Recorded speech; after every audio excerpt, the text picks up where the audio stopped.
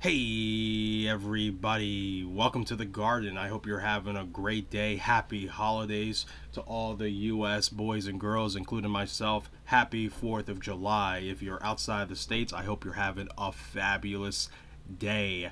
We're gonna have a quick recap on crypto. We're also gonna do a little bit of a recap on the stock market generally. This is going to be an open video for all members, paid or not. And I do want to also go over our performance in the Discord for the last 2 months. So we're going to start off there. Reason why is because I haven't actually done an update on our performance in the last 2 months. I've kept up to date our closed positions for both crypto and stocks. So let's start off with the stocks. So from May to June, it's been absolutely fabulous for stocks. We haven't lost. We actually, since we've started this, guys, we haven't had more than one loss. We've only lost on one trade, which was the SOS, which is a bit of a riskier trade. And the sad thing is, the day I closed this trade, the very next day it made the move to the upside that I was expecting it to do. But now if you look at the chart, it's far lower than where we originally got in. So it stings a little bit that we missed on this trade. We would have been at 100% win rate, but hey, you know, that's how it is. The variance of us losing hasn't quite hit as hard as I expected it to by now. So far, we're definitely on the upper range of winning. We are well above 95% win rate with all our trades. As you can see, you know, May was actually somewhat of a slow month. April, apologies, April was somewhat of a slow month, where usually May is the slowest month for me, at least on average of my trading career. But you know, May performed pretty well, and then, you know, June was relatively the same, just a few percentages off. We had some great trades, though long holding trades. I mean, some trades we held for, you know, over a month. Some were, you know, in a day. It was one of those markets where you had some runners, and then you also had stocks that are just following the overall market. It's been a very, you know, a very choppy market when it hasn't been going to the downside, but there's been plenty of opportunity, as you can see here. So if you've been in any of these trades with me, congratulations. It's been pretty good. Like I've said in previous videos, this is definitely the best trading year I've had since I've started trading so far. Now that we're getting past the midway point, going into the latter half of the year, we'll see if we can continue this. And yeah, that's about all I want to go over with stocks. And then crypto was even a really slow month, June. We only had 3 trades that we've closed. We are still open a couple of trades, but we only were able to close 3 trades, and these were trades. 2 of them were in May. You know, so these were long held trades, but I mean, they were absolutely bangers. I mean, 30%, 25%, 24%. I mean, absolutely fabulous. You know, a cumulative percentage gain of 81.3% off of 3 trades. Hey, you know, I wish we would have had more trades to close. But Bitcoin wasn't having it. But I'm not going to complain, you know, banking in 81%. What I do want to focus on is May. I mean, we got caught up in that whole Luna debacle. We had about 5% of the account exposed, and we lost 71.93% of that 5%. So, you know, it sucks that we lost, but, you know, again, it was only 5%, and it wasn't even a full position. So I'm not gonna be too upset about, considering all the success we've had previously and then after. But you know, considering how much Luna fell, and for us to still break out positive for the month of May, blew my mind. I mean, that was really unexpected. I was very confident after the whole Luna, you know, debacle that we were going to close the month on the red, but of course that didn't happen. You know, and again, I'm not going to complain. I'm just going to keep doing what I'm doing, and we'll see how long the success will follow. But you know, so far so good. If you are in the crypto trades, you know, I can't boast that I'm going to keep this win rate up. My win rate for crypto is usually lower than stocks. I mean, we're talking in stocks I can, you know, almost guarantee. There's no guarantees, but almost guarantee, because I've done it for so long, of getting an annual win rate of anywhere from, you know, 80 to 85%. On a really bad year, about 75%, but that hasn't happened in a long time, over 6 years. Crypto can range. Again, I haven't been trading it long enough to where I can say I have a, you know, a confident average. I've traded crypto, I would say, seriously for about 3, almost 4 years. I've been investing in crypto for a bit longer than that, but In those 3 years, I mean, the first year I started trading crypto was anywhere from 60 to a high 60 percentage, and then from 2019, end of 2019 to 2020, it was pretty good. I got around, I want to say like upper 70s, and then since then I've been ranging around that 80%, and now I mean. Currently, we're above 95%, but again, the variance will kick in to where we will come back to earth. Even though this first half of the year has been absolutely incredible for both crypto and stocks, we should get some more losers just to even out that average. I'd be very surprised if we're going into the fall that I haven't had a few more losers. But again, we'll just see how it goes. I'm not going to change anything up. I'm just going to keep doing what I've been doing as always. But I do want to, give myself a pat on the back, and I do want to also congratulate anyone who's followed any of these trades, because even if you've only followed, let's just say one trade a month, you've gotten a winner, right? In both crypto and stocks, unless of course, you followed the Luna trade. For that, I am sorry. We both lost on that one, but virtually, you should have made some money somewhere in any of these callouts. Okay. All right, so let's go to the charts real quick.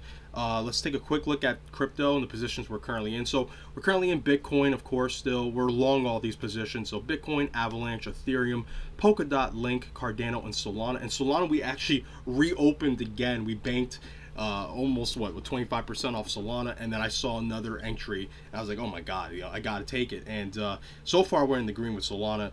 I really like this push up higher to Solana, and then I just loved how it was kind of rolling out here, and I could not help myself. I liked that this was being held, this zone.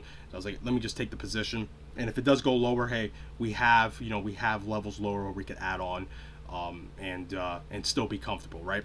So starting with Bitcoin, as you can see, we're having a decent day for the holiday. Though we do want to be careful. A lot of volume is going to be pretty thin because it's a holiday, so it's not going to be as active as normal. So it's not going to take a lot to push it up or down. And right now, currently, Bitcoin, holding this general support level, and I do like it. I do like that it did retest this minor support. It hasn't come all the way back down towards this bottom wick here. It may still, and if it does, we should try and see if we can maybe edge out a bullish wedge pattern forming. If not, then look for the downside going towards 16,000 to 15,000. But right now, not too bad. If it has good follow through going into the close of this daily candle, which is a ways away, then look for a test of this descending trend line. And if it gets a breakage, then hey, we can start looking for a nice descending pattern on this trend line, something kind of like this. So let's say we get follow through, then the next day the candle comes, we break through, and then we start a consolidation, a bullish consolidation here, to then try and edge higher going into later summer, early fall, possibly get a nice 25,000. That level is still my ultimate target for the short term. We could possibly go higher. Okay, we could possibly go higher, all the way towards 27 to 28,000, and but right now this level here is where I'm targeting. Okay, and then Avalanche is pretty interesting as well. This is my past doodle, still in play. Had a very similar move to Solana. Push higher, then comes down lower, kind of a squeeze lower, not really high volatility. It was a pretty interesting drop, and then now we're starting to see possible signs of kind of like a curling short-term bottom here on this minor support here, right? So a little bit early to say, if Avalanche is finally going to make that move higher, but if you take a look at the price action, so we see this descending trend line, it's been coiling around. Well, take a look from this pivot high here to this pivot high here. Where's this kind of playing out? Right there.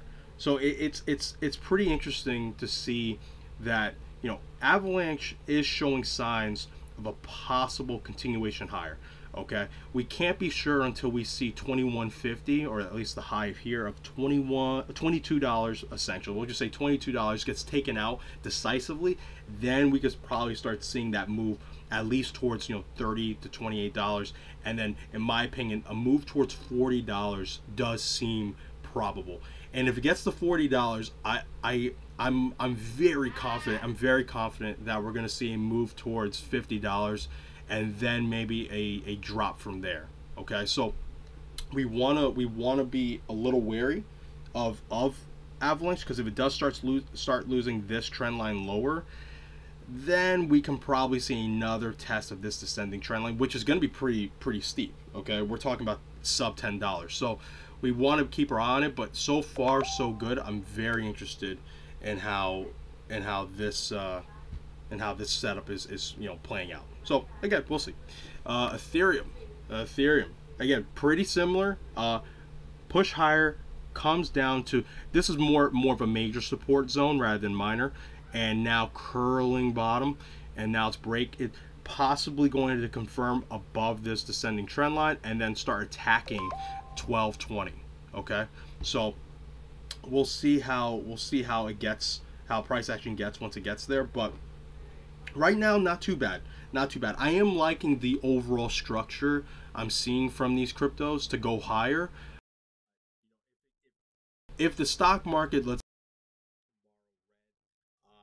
even so, then you're going to see crypto just start breaking down. And these structures are, you're seeing a bunch of wedge patterns forming, and they're a little bit, I would say, more biased towards the upside, but not high probable. Okay, not very probable. What's more likely is a pretty significant range on these positions. I mean, like a really long range, and possibly a range curling to the downside if Bitcoin really respects its ascending trend line. If not, and we go into a channel formation where we just break right through just via price action, just going sideways, do not be surprised. I mentioned this in a video quite a while ago, that if this descending trend line was going to act as major resistance, and we were going into a major range over here, so I mentioned this over here, not down here, then we could see a really long consolidation, sort of like this. Okay, so I wasn't, again, full transparency, I was leaning towards a move to the upside up here. Okay, so I definitely wasn't thinking that we were going to come to the downside. I did say the downside move was the second most probable, and the third most probable path, the most unlikely path, was a massive range consolidation under this blue line, but respecting the 27,000 zone. I did not see that as being possible, or I should say being probable. I saw the probability of moving higher being the most likely, but we took the downside path, but now we're showing possible signs of this again.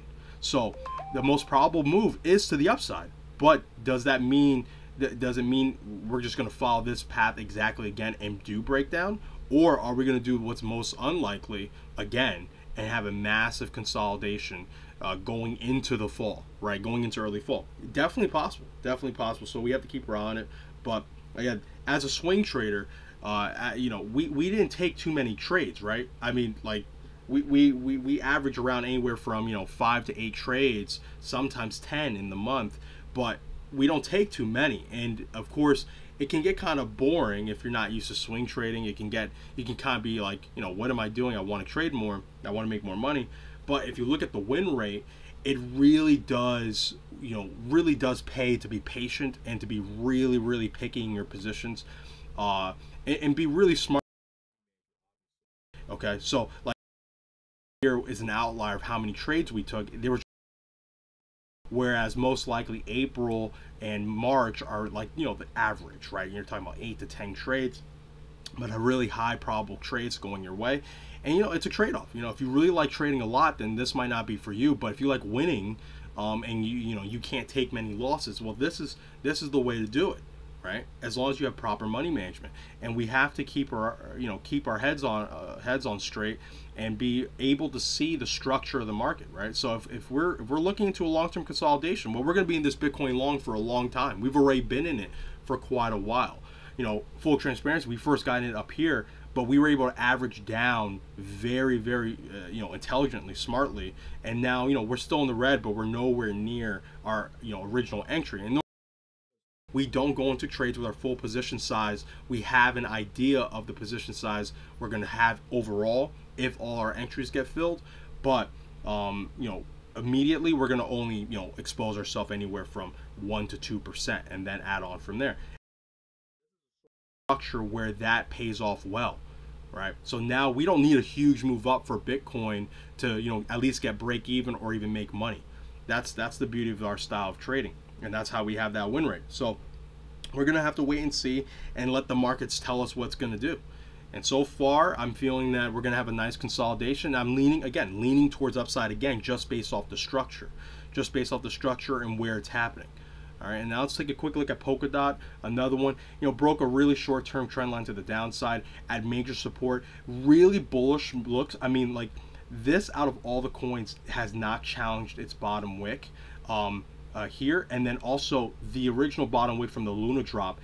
Not only did it not challenge, not only did it challenge it, it held it pretty decisively, and now it's looking to retake it. I really like Polkadot's structure, and I do see a move back towards $9 and change, and possibly 10 plus. If Bitcoin has that follow through going towards, you know, 24, 25,000, I do think you see Polkadot at least at $9 and change, and maybe even 10 bucks. I really like how this looks, but yeah, this is a pretty nice chart, and of the definitely low key the most bullish so far.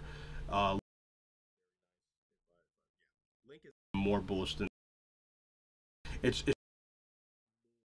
a relative strength, and that its bottom wick was never even taken out at all. This from the whole Luna drop, the Link's bottom wick has never been taken out. It's been challenged once and bounced right off, and now it's, you know, consolidating above, you know, I would say a minor short-term support. We'll see, you know, this bottom pivot right here at $6.19. So we'll see if it could, you know, holds above there and starts making its move higher going towards this trend line, because I do see this blue trend line level that it hits. So that could be anywhere from, you know, $9 to 8 and change. Just depends on how long it takes to get up here. And then if, you know, if it goes up really fast, or, you know, we'll see if this descending black line here plays a significant role, which it most likely will. But I do like Link. I think we're in a decent position with it, and I do see some really nice upside for that. Same thing as Link. Wick it made during the whole Luna debacle, but now has made what I would call a nice short-term support zone, really pretty. And I do like, since the drop on June 26th, you know, that whole drop that Bitcoin started, it has not broken. It tested this level again, and immediately it's finding some nice support off of here. We'll see if it can continue, you know, making a move towards the upside, maybe taking out this top pivot at 52 cents, 52.5 cents, or if it's just going to do, you know, a longer consolidation. This is definitely possible, and of course a move down is possible as well. A move down, I don't see it happening unless, you know, significant moves down in the NASDAQ going into tomorrow and the rest of the week, which is definitely possible. But in my opinion, I do see a rally coming for stocks, like continuing for stocks and for crypto, mainly due to the inflation. I went over this in a members video only. I'm not going to get into detail, but in this environment, in the long term, the inflation will bring down the markets, as it already has, but you will have spurts of massive moves to the upside as we go into these, you know, really hectic months of holidays, traveling and such. So I do think that we will see some moves to the upside in the stock market, but virtually we will go lower. We're going to lose all the COVID gains, in my opinion. All right. Solana, let's take a quick look here. You know, beautiful play on Solana so far. Again, very similar to how, you know, Avalanche and Ethereum looked. You know, quick pivot high, and now kind of having a rounding bottom off of minor support. Has a little bit more work to do than those two. I mean, it's going to challenge 38, which is, you know, proven to be a pretty significant level. And then if it can get past that and break past this top pivot here at 42 and change, then we can see a pretty big move on Solana going towards at least 50 bucks. I really like it. It's why I could not help myself but add on again. The chart was telling me, hey, this is the level that you want to start buying into again. So I did. And of course, you know, if it goes lower, it goes lower. We have at least I have in mind levels I'm going to be adding on to short-term support levels, and more significant support levels. And as that may come, those opportunities, I'll make sure to cover them as time goes forward. I had my eye on MATIC as well, but it didn't get to the level I was looking for, so I had to let it go. But we got very, very close. It just wicked right down to a level that I was so close to grabbing. 41.5 was the first level, but it just missed it. And hey, you have to be able to take that loss, that potential gain, and just throw it aside, because now it's changed a little bit. The timing aspect is not there to just jump into, and a lot of people don't understand that. It's not just levels I'm looking at, it's how it gets there and how long and how short of a time it takes. So even if it got to 41.5 now, I'm not that interested in buying it there. Now I'm looking at different levels, and again, that's just part of my methodology. Timing and levels and how they work together, and either legitimize or illegitimize levels. That's something I've learned as I've traded, and that's stuff I go over in the tutorings as well. So if you're interested in that, just take a look at the Patreon, and you can see if you might be interested in learning some of my techniques, and so maybe you could do this yourself. Yeah, so going over crypto generally, I'm short-term bullish, but again, it's one of those things where I am not super biased to the upside. I'm leaning towards the upside, but I am seeing possible signs of major consolidation. But we need more time, right? Okay, we don't have all the answers yet. There's not enough information here yet, but I am leaning more towards the upside. Okay, and let's take a quick look at the NASDAQ and the S&P. Let's take a quick look at NASDAQ. So NASDAQ, again, I like what I'm seeing in the short term, in that I like the descending channel. I like that it's respected it. Had a nice move higher. Finally made a short-term topping candle here, and now we're going to have a bit more consolidation. We'll see going into next week if we're going to break lower and go down towards 11,000, 11,100, this general area, or if we're going to have a bit more continuation and make it towards this median line. Okay, and this is where I'm leaning towards a retest of 12,000, and then from there we can probably see some failures. Okay, doesn't mean we will. We actually might break out higher, going towards the top of the channel. Okay, so that's definitely possible. We don't want to disregard that, but we do want to keep in mind, once you're getting towards this median line, which is proven to be respected, look for a hard denial going lower. But if it doesn't, these are the next levels we're going to be looking at. And so far, this has really worked out well. And again, in my opinion, what are we going to see? This entire channel, which we're working towards, we're very close now, is going to be taken out. This is the entire part, about most of the COVID rise for the NASDAQ, and it's likely to get taken out. And then, sub 10,000 going to 97 to 9,800 is going to be the major level for the NASDAQ. If it retests this zone, it's going to be massive. Okay, it's going to be absolutely massive. And again, this doesn't mean it's going to hold here, but I will say it's very likely you're going to see massive buying there. But eventually it may lose that level, but we just have to see what the price action shows us at the time. We're just charting what may be, right? So let's go on to the S&P. S&P again, pretty much following my red pathway. Again, we'll let's go to the weekly. It's a little bit clearer. Hold on one second. There we go. So S&P, as you can see, is this COVID channel was absolutely ridiculous on how steep it was. And this fair value channel is essentially the channel it's always been in since existence. Okay, it's only recently started breaking out of this channel as we got closer to 2020. Then we had the March 2020 drop, and then the Fed went, okay, burr time, and they just printed nonstop, and we finally broke out of this fair channel by a lot. And now we broke through this channel back in early January of this year, and then since then it's just come down. Tested my my resistance zone here, then failed off, and now we're just slowly, or rather I should say, we're just stair stepping. I won't call it slow. We're stair stepping our way to this major level of 3,400. Okay, 3,400 is the top prior to the 2020 crash. Same thing with the NASDAQ. So that's the general area I see it getting to first, and it's also the first place where it's re-entering the fair value channel, and that does not mean this is where it bottoms out. In my opinion, the S&P gives us hints that the NASDAQ is probably going to go a lot lower towards this median line, towards the median line for the S&P. Is, oh my god, I just jumped my words. I'm sorry. The S&P is going to fall towards the median line most likely, before any major bounces and major change in the macro market.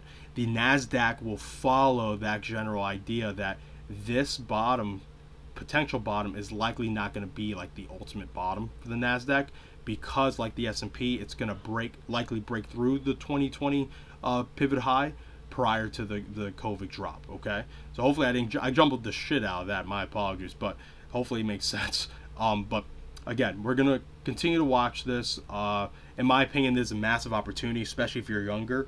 If you're a younger person in the U.S. or really any Western market, you can finally get the opportunity to buy high value stuff cheaply, right? So you could really possibly change your life if you're really smart about it.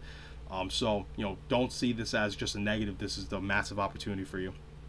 But as we can see, the first level that I'm looking for the S&P to get to eventually is 3,588, 3,600, that general area. And then from there, we can have major bounces, right? We can have major bounces and then break under. So, don't take into account the timing here. I'm just doing a general path of how I see this, playing out. So far, it's kind of following the timing, but I'm not very good at, pathing out actual timing, going far into the future that way. I am pretty good, I dare say, finding the levels that will have a pretty good interaction with price action. All right, so I think that's all I want to go over. Yeah, there's not really much else I want to talk about. I'll take a quick look at oil. Okay, oil playing out some stuff here. Hit this level, hit a resistance level here. And like I've said, I said this in an exclusive members video as well. Oil will likely come lower now.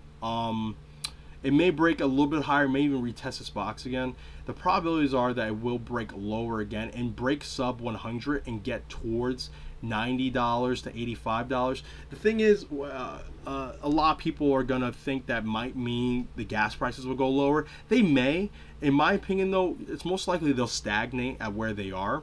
And it's even possible they do go higher still, which is unfortunate, mainly because the currencies you're buying the oil with are losing their value. So, there's also a huge squeeze, a huge deadlock on the transportation of these commodities. So that also plays a role into the pricing. So it's not clear cut. Like, even if oil gets to $80 to $85, that's really good for OPEC, right? Like, that's the general sweet spot for OPEC. But the transportation of this commodity is still going to be affected if we're still having a squeeze on growth. Again, there's a lot of shit that goes into that, mainly like geopolitics, wartime, all this stuff. But I don't have all the answers yet. But I will say I am leaning towards the oil price per barrel here to go lower. And eventually even break under $85, going towards $75 to $60 before any major rebound. It could even go low. It could even go lower than that. But again, nothing's changed on the long-term chart, which this is a long-term chart, guys. Okay, so when I charted this, I looked at the monthly for years going into the next decade or two. You're going to see oil break. I believe you're going to see oil going past 150, going towards $200, maybe even $300. Okay, there's a couple reasons for this. Mainly. I think there's going to be a huge scare in the rest for most of the world. Maybe not the U.S., but most of the world of energy is just going to be it's going to be lacking to a huge degree, and renewable technologies are not scalable. Okay, the renewable energies are just not scalable right now. Mainly the battery technology for solar panels. You can't power a whole first world country with it right now. So. Unless we're doing a transition towards nuclear power, I think most countries, especially European countries like Germany, are probably going to be in a long-term depression. So, if you're in that country, be very vigilant, be very smart. I would say be as conservative as you possibly can. And you're going to see a lot of a lot of different people, from politicians to everyday people, throwing around accusations when the truth is, it's, hey, you transitioned from coal and oil for, I don't know, whatever, 2 weeks before you pretty much declared war on Russia. I mean, you can't get stupider than that. You know, it's just like, I don't know what else to tell you. And now that Europe is also, it seems like, giving up the breadbasket of their country that does major shipping towards, you know, most Middle Eastern countries like Libya and Syria for wheat. Now that that's being completely choked off by Russia, I see the rest of the world outside the U.S. Having some serious issues. So, you know, be very careful. Be as wise as you can. If you're in the U.S. like I am, the best advice I can give you is make sure you keep your debt level as low as possible. If possible, just get rid of all your debt. You try and focus only on your obligations, you know, as food, shelter, you know, stuff like that. And if you have a family to take care of, obviously that's your number one priority. But, you know, this is a time where personal responsibility will get you through, okay? Personal responsibility. And if you can do that, you will be available for the life-changing opportunities that are coming, okay? You don't need me to provide you life-changing opportunities. Okay, if you're going to see Apple, if you're going to see Google, if you're going to see Amazon, if you're going to see even Facebook, I hate it, but if you're going to see Facebook all at these really low prices, why wouldn't you buy them? Okay, like that's when you want to buy them. You want to buy these high value, you know, understood companies that you understand these products are super valuable at really good prices. Well, you're going to get your shot, or you're already getting your shot. All right, so just make sure you're as responsible as you can be, so you're available for those opportunities. All right, so that's all I'm gonna go over today. I hope everyone's having a great day. Hope everyone in the U.S. here is having a great holiday like I am. We'll continue to go over this stuff as the days and weeks go by. And if you have any questions, just, you know, be in my Discord, ask me, DM me, whatever is more comfortable with. Just shoot me a message. I'm always available for the most part. Just shoot me a message. And if you are interested in, you know, learning how I do this, check out my Patreon. It usually take me anywhere from 2 to 4 sessions, and then you should have a decent grasp on things. If you want to learn a lot, you know, then we can talk about, you know, how many sessions it may take. It does depend on you, but usually about 2 to 4 sessions, I can get basic stuff into you that will unteach you bad shit and simplify the charts to where making money is not too hard. Keeping money is much harder, okay? Making money is not hard, but keeping money is harder, and that all takes discipline. I can put discipline in you, okay? All right, everyone. Take care. I love you. And remember to be patient, to be vigilant, and be nimble. Love you guys. Take care. Bye.